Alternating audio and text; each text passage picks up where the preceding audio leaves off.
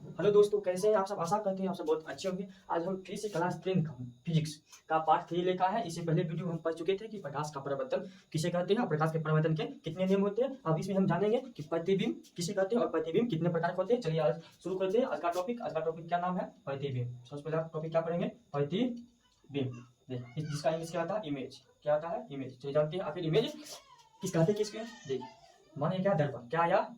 दर्पण। दर्पण के सामने कोई व्यक्ति अंधेरे कमरे में, अंधेरे कमरा है उसमें क्या दर्पण, और यह दर्पण के सामने कोई व्यक्ति खड़ा है तो मतलब उस व्यक्ति का जो प्रतिबिंब यानी जो फोटो होगा शीशा में दिखाई देगा? नहीं देगा। जब हम इस वस्तु के यानी व्यक्ति के फेस पर, कहा इस व्यक्ति के फेस पर अगर टॉर्च चलाते हैं तो जलाने के बाद इस जो ये व्यक्ति है इसका प्रतिबिंब कहाँ बनेगा? शीशा में। कहाँ बन जाएगा? शीशा में। कहाँ बनेगा? शीशा में बन जाएगा। कहाँ बन जाएगा? तो शीशा में बन जाएगा। उसी क्या बनेगा? प्रतिबिंब। अब इसका परिभाषा कैसे लिखें? देखिए किसी बिंदु स्रोत से आ रही प्रकाश की किरणें, किसी बिंदु स्रोत से या किसी वस्तु से आ रही प्रकाश की किरणें दर्पण से परावर्तन के बाद, इसका क्या होगा? प्रतिबिंब। दर्पण में दर्पण कितना है इसको क्या करेगा? परावर्तन करेगा। दर्पण से परावर्तन के बाद जिस बिंदु पर वास्तव में मिलती है या जिस बिंदु से आती हुई प्रतीत होती है, जिस बिंदु से आती हुई प्रतीत होती है उस बिंदु क्या बोलते हैं? प्रतिबिंब। क्या बोलते हैं? प्रतिबिंब। चलिए इसका परिभाषा हम लिख लेते हैं। प्रतिबिंब किसे कहते हैं? प्रतिबिंब किसे कहते हैं? चलिए इसका परिभाषा एकदम बढ़िया से लिखिएगा, इसको याद कर लीजिएगा कि किसी बिंदु स्रोत से, किसी बिंदु स्रोत से आ रही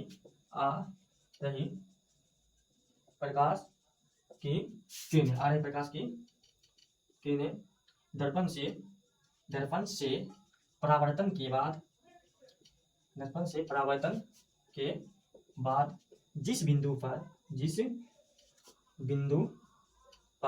वास्तव में मिलती है, जिस बिंदु पर वास्तव में मिलती है या मिलती हुई या आती हुई प्रतीत होती है, या आती हुई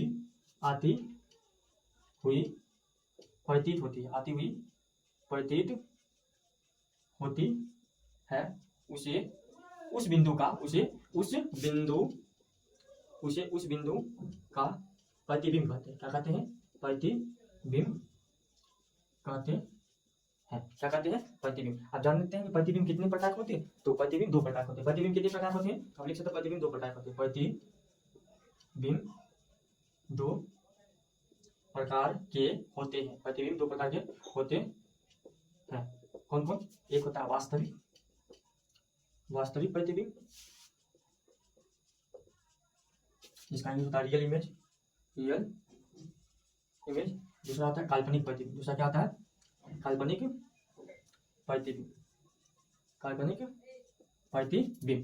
इसका इंग्लिश होता है वर्चुअल इमेज। चलिए भाई जानते हैं वास्तविक प्रतिबिंब किसे कहते हैं। इसकी विशेषता जानेंगे क्योंकि इसकी विशेषता से क्या पूछता है? ऑब्जेक्टिव पूछता है। परिभाषा जल्दी नहीं पूछता है बल्कि इसकी विशेषता क्या पूछता है? ऑब्जेक्टिव पूछता है। तो प्रकार मिटाते हैं जिसको आप अच्छे से समझ गए होंगे। चलिए आप जानते हैं वास्तविक प्रतिबिंब।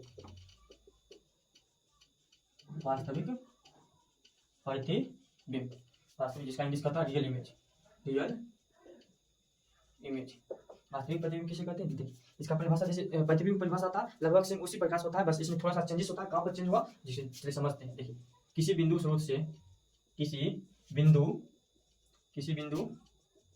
स्रोत से आ रही प्रकाश की किरणें दर्पण से परावर्तन के बाद जिस बिंदु पर वास्तव में मिलती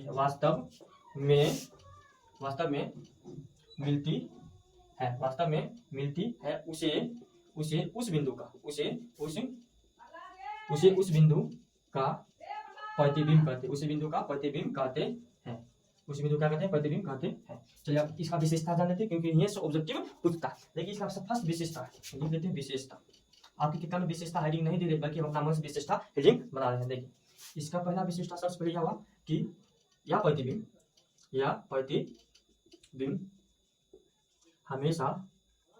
हमेशा उल्टा बनता है। यह प्रतिबिंब हमेशा कैसा बनता है? यह प्रतिबिंब हमेशा उल्टा बनता है। दूसरा क्वेश्चन है, दूसरा विशेषता यह हो सकता है कि यह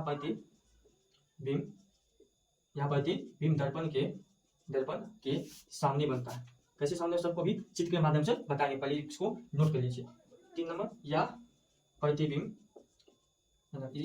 ये यहाँ प्रतिबिंब उल्टा बनता है, यहाँ प्रतिबिंब दर्पण के सामने बनता है। और इससे क्या ऑब्जेक्टिव पूछता है कि और इस प्रतिबिंब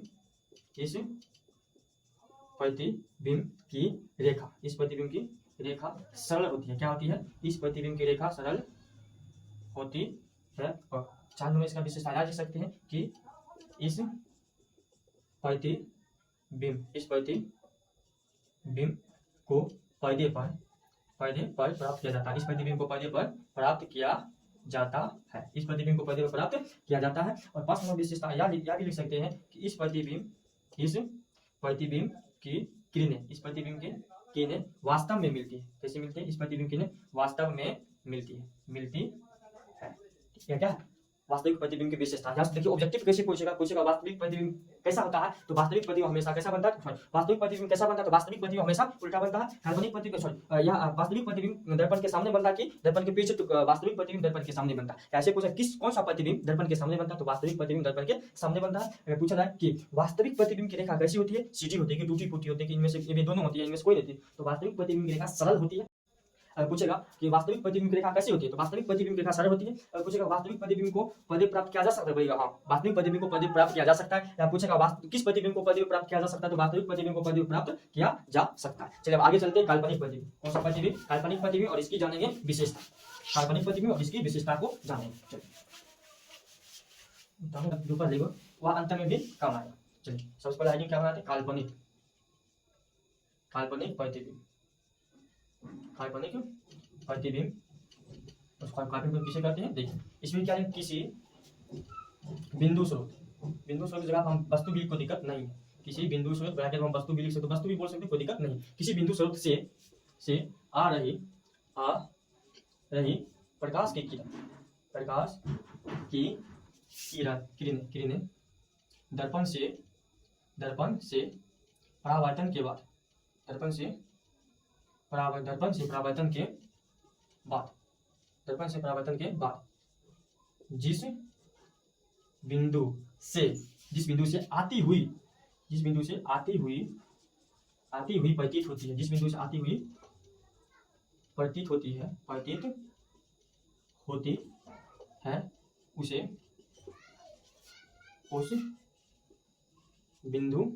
उसे उस बिंदु का काल्पनिक प्रतिबिंब कहते हैं। उस बिंदु क्या बोलते हैं? काल्पनिक प्रतिबिंब कहते हैं। काल्पनिक प्रतिबिंब कहते हैं। क्या बोलते हैं? काल्पनिक प्रतिबिंब कहते हैं। चलिए आगे चलते हैं। आप देखिए काल्पनिक विशेषता बोलिए या विशेष ऑब्जेक्टिव पूछता है, या विशेषता हेडिंग बना भी सकते हैं, नहीं बना कोई दिक्कत नहीं, क्योंकि हम वास्तविक प्रतिबिंब की विशेषता हेडिंग नहीं बनाए थे, अतिरिक्त चिन्ह लिखा देते, ठीक उसी प्रकार इसमें भी लिखा देते हैं कि देखो काल्पनिक प्रतिबिंब हमेशा सीधा बनता है। काल्पनिक प्रतिबिंब हमेशा सीधा बनता है। काल्पनिक प्रतिबिंब हमेशा कैसा बनता है? काल्पनिक प्रतिबिंब हमेशा सीधा बनता है। अगर काल्पनिक प्रतिबिंब को पर्दे पर प्राप्त नहीं किया जा सकता है। काल्पनिक प्रतिबिंब को पर्दे पर प्राप्त नहीं किया जा सकता है। नहीं किया जा सकता है। काल्पनिक प्रतिबिंब को पर्दे प्राप्त नहीं किया जा सकता है। और काल्पनिक प्रतिबिंब की जो रेखा होती है वह टूटी फूटी होती है। काल्पनिक प्रतिबिंब की रेखा टूटी फूटी होती है। कैसी होती है? टूटी फूटी होती है। काल्पनिक प्रतिबिंब रेखा कैसी होती है? काल्पनिक प्रतिबिंब की रेखा टूटी फूटी होती है। और काल्पनिक प्रतिबिंब कहाँ बनता है? तो काल्पनिक प्रतिबिंब दर्पण के पीछे बनता है। कैसे? ये सब डिटेल में बता देते हैं, और लिख लेते हैं कि काल्पनिक प्रतिबिंब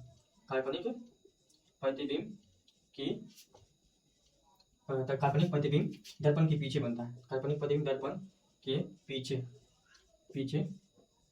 बनता है। काल्पनिक प्रतिबिंब दर्पण के पीछे बनता है। और यह लिखना है कि काल्पनिक प्रतिबिंब की किरणें काल्पनिक रूप से मिलती है, वास्तविक रूप से नहीं मिलती है, लेकिन काल्पनिक रूप से नहीं मिलती। लिख सकते हैं कि काल्पनिक प्रतिबिंब की किरणें काल्पनिक रूप से मिलती है। काल्पनिक प्रतिबिंब किरणें कैसे मिलती है? काल्पनिक प्रतिबिंब किरणें काल्पनिक रूप से मिलती है। कैसे मिलती है? इसको आप समझाते हैं। एक बार फिर हम दोनों चित्र बना लेते हैं। चलो ऊपर का मिटा देते हैं, लिखे स्क्रीनशॉट ले लीजिए। आप मिटाकर आप लिखते हैं, लिखते सॉरी चित्र बनाकर आप लोग को समझाते हैं। देखिए अभी 12 बताया कि ये क्या है, सूर्य। मानो क्या है ये सूर्य, क्या है सूर्य। यहाँ हम क्या रखें, थाली, क्या रखें थाली। जब सूर्य की किरणें थाली पर पड़ती है, कहाँ पड़ती है, थाली पर, तो पड़ने के बाद क्या, पुनः यहाँ मानो यहाँ क्या छत, क्या है छत, पुनः जब प्रकाश को परावर्तन करेगा, क्या करेगा, प्रकाश को परावर्तन करेगा, तो यहाँ क्या बना देगा, एक सूर्य बना देगा। क्या बना देगा, सूर्य। देखिए आप चलिए इसको समझते हैं कि मानिए कि यह क्या है, शीशा, क्या है, नहीं दर्पण, क्या है ये, शीशा नहीं दर्पण का क्या है, दर्पण। दर्पण पे जब यहाँ पर हम क्या लटकाते हैं, बैलून, क्या लटकाते हैं, बैलून, क्या लटकाते हैं, बैलून। जब यहाँ से कोई व्यक्ति देखेगा, क्या कहेगा, यहाँ से कोई व्यक्ति देखेगा शीशा में, तो इस व्यक्ति को कैसा प्रतीत होगा, जो बैलून लटका हुआ है, कहाँ लटका हुआ है, शीशा के अंदर, कैसा प्रतीत होगा, शीशा। लेकिन वास्तव में बैलून शीशा के अंदर नहीं है, वास्तव में बैलून कहाँ है, शीशा के बाहर। लेकिन हमको ऐसा प्रतीत होगा जो क्या बैलून है, कहाँ, शीशा के अंदर, कहाँ है, शीशा के अंदर। अब देखिए अगर यहाँ हम पर्दा लगा देंगे तो बताओ यहाँ सूर्य नहीं बनेगा, बनेगा। अगर यहाँ हम पर्दा लगा देंगे तो यहाँ पर सूर्य बनेगा, नहीं बनेगा। या क्या काल्पनिक, कल्पना कहते हैं कि कहाँ है, प्रतिबिंब अजीब बैलून दर्पण के अंदर, लेकिन है नहीं, है नहीं। अगर यहाँ हम लगा देंगे पर्दा, बताओ तो इस बैलून को देख पाएंगे, नहीं देख पाएंगे। इसका मतलब जो काल्पनिक प्रतिबिंब, जो कल्पना करते हैं, उसको हम प्रतिबिंब प्राप्त नहीं कर सकते। अगर यहाँ हम पर्दा लगा देते हैं, बताओ जो सूर्य का प्रकाश, प्रकाश का जो परिवर्तन कर रहा, तो सूर्य प्रकाश पर्दा पर बन जाएगा। इसका मतलब ये हुआ कि हम वास्तविक प्रतिबिंब को पर्दे पर उतार सकते हैं, वास्तविक प्रतिबिंब क्या कर सकते हैं, पर्दे पर उतार सकते हैं। और अगला क्या कि यह क्या हमेशा उल्टा बनता है या हमेशा क्या सीधा बनता है, ये इसका गुण है, तो इसमें याद करना ही पड़ेगा इसको। देखिए काल्पनिक प्रतिबिंब की रेखा टूटी फूटी, जो इसकी जो रेखा होती है टूटी फूटी ऐसी रेखा आती है, कल्पना करते हैं हाँ ये अंदर है टूटी फूटी होती है, लेकिन वास्तविक प्रतिबिंब रेखा टूटी फूटी सीधी हो जाती है। ठीक, आशा है कि आप समझ गए होंगे। अब आगे चलते हैं, काल्पनिक प्रतिबिंब और वास्तविक प्रतिबिंब में अंतर। काल्पनिक प्रतिबिंब और वास्तविक प्रतिबिंब में अंतर परीक्षा में बहुत बार पूछा गया है। काल्पनिक प्रतिबिंब और वास्तविक प्रतिबिंब में अंतर लिखे, इस भाषा संटप में पूछा गया था, और हो सकता है कि संटप में पूछे, बिहार बोर्ड में नहीं पूछे, ऐसा नहीं, पूछ भी सकता है बिहार बोर्ड में। तो चलिए अब हम जानते हैं वास्तविक प्रतिबिंब और काल्पनिक प्रतिबिंब में अंतर। वास्तविक प्रतिबिंब और काल्पनिक प्रतिबिंब में अंतर, वास्तविक प्रतिबिंब और काल्पनिक प्रतिबिंब में अंतर। सबसे पहले इसमें लिखेंगे क्या, तो वास्तविक प्रतिबिंब और काल्पनिक प्रतिबिंब में निम्नलिखित अंतर है। इसी प्रकार से परीक्षा में लिखना, वास्तविक प्रतिबिंब और काल्पनिक, वास्तविक प्रतिबिंब और काल्पनिक प्रतिबिंब में निम्नलिखित अंतर है, निम्नलिखित अंतर है। अब लिखिए, इसे लिखना है वास्तविक प्रतिबिंब, और एक तरफ लिखना है काल्पनिक प्रतिबिंब, काल्पनिक प्रतिबिंब, वास्तविक प्रतिबिंब और काल्पनिक प्रतिबिंब। लेकिन इसका अंतर कैसे लिखें, सबसे पहले इसमें लिखेंगे कि यह प्रतिबिंब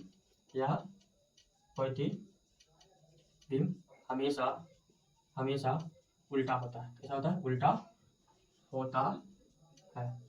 इसे लिखेंगे एक नंबर में, यह प्रतिबिंब जो लिखे थे वो तीर चिन्ह देकर वो यहाँ पर लिखना, यह प्रतिबिंब हमेशा सीधी बनती है, सीधी बनती है। उसके बाद लिखना है कि इस प्रतिबिंब को पर्दे पर प्राप्त किया जा सकता है, या पर्दे पर प्राप्त किया जाता है। इसमें क्या लिखना है, 2 नंबर में इसमें लिखना है कि इस प्रतिबिंब को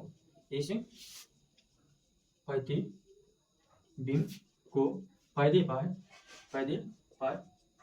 प्राप्त नहीं किया जाता है, पर्दे प्राप्त नहीं किया जाता है। अब 3 नंबर लिखना है कि यह प्रतिबिंब दर्पण के सामने बनता है, यह प्रतिबिंब दर्पण के सामने बनता है, यह प्रतिबिंब दर्पण के सामने बनता है। इसमें लिखना 3 नंबर, यह प्रतिबिंब दर्पण के पीछे बनता है, यह प्रतिबिंब दर्पण के पीछे बनता है, यह प्रतिबिंब दर्पण के पीछे बनता है। यह प्रतिबिंब कहाँ बनता है, यह प्रतिबिंब दर्पण के पीछे बनता है। अब बस 3 लिखेगा, अगर 2 नंबर पूछेगा 3 लिखेगा तो बस नंबर मिल जाएगा, तो दिक्कत नहीं। अगर लिखना चाहते तो और भी लिख सकते हैं कि इस वास्तविक प्रतिबिंब की रेखा सरल होती है, काल्पनिक प्रतिबिंब की रेखा टूटी फूटी होती है। आगे भी लिखना चाहते हैं वास्तविक प्रतिबिंब की किरणें वास्तव में मिलती है और काल्पनिक प्रतिबिंब की किरणें काल्पनिक रूप से मिलती है। ठीक, चलिए आप चलते हैं, इससे आगे टॉपिक है दर्पण, सॉरी गोलिया दर्पण। क्या है, दर्पण, नीचे दर्पण है, मानो गोलिया दर्पण। दर्पण 3 प्रकार, दर्पण कितने प्रकार होते हैं, 3 प्रकार। 3 प्रकार कौन है, चलिए इसको हम जान लेते हैं। कि दर्पण कितने प्रकार के दर्पण होते हैं? 3 प्रकार। दर्पण कितने प्रकार होते हैं? 3 प्रकार होते हैं। कौन कौन होते हैं? तो इसको हम जान लेते हैं। नहीं, दर्पण 3 प्रकार होते हैं। दर्पण कितने प्रकार होते हैं? दर्पण 3 प्रकार के होते हैं। दर्पण कितने प्रकार होते हैं? दर्पण 3 प्रकार होते हैं। कौन कौन होता है? एक देखिए, एक होता है, सबसे पहले हम जानेंगे गोलियां। कौन सा दर्पण? गोलियां दर्पण। एक होता है समतल दर्पण। दूसरा क्या है? समतल दर्पण। इस समतल दर्पण के बारे में हम पढ़ा चुके हैं, इसमें भी पढ़ा देंगे। जैसा होता है परवलयिक दर्पण। परवलयिक दर्पण देखिए कौन कौन आपके सिलेबस में है। सिलेबस में एक गोलियां दर्पण है, एक समतल दर्पण। इसके बारे में उतना नहीं पूछता है, तब पर भी इसका परिभाषा हम बता देंगे। सबसे ज्यादा काम किसका होगा? तो गोलियां दर्पण का और समतल दर्पण। यहीं से क्वेश्चन ऑब्जेक्टिव में बनता है और यहाँ से हम सब्जेक्टिव में बना सकते हैं क्वेश्चन। ठीक है, तो बढ़िया से इसको ध्यान से आप लोग पढ़िएगा। सबसे पहले जानेंगे गोलियां दर्पण कितने प्रकार होते हैं। तो गोलियां दर्पण 2 प्रकार होते हैं। कितने प्रकार होते हैं? गोलियां दर्पण 2 प्रकार होते हैं। एक होता है अवतल दर्पण और एक होता है उत्तल दर्पण। एक अवतल, एगो क्या होता है? एक उत्तल दर्पण। चलिए इसके बारे में हम अगले वीडियो में जानेंगे। ठीक है, तब तक के लिए जय हिंद, जय भारत। अब मिलते हैं नेक्स्ट वीडियो में एकदम अवतल उत्तल दर्पण के साथ।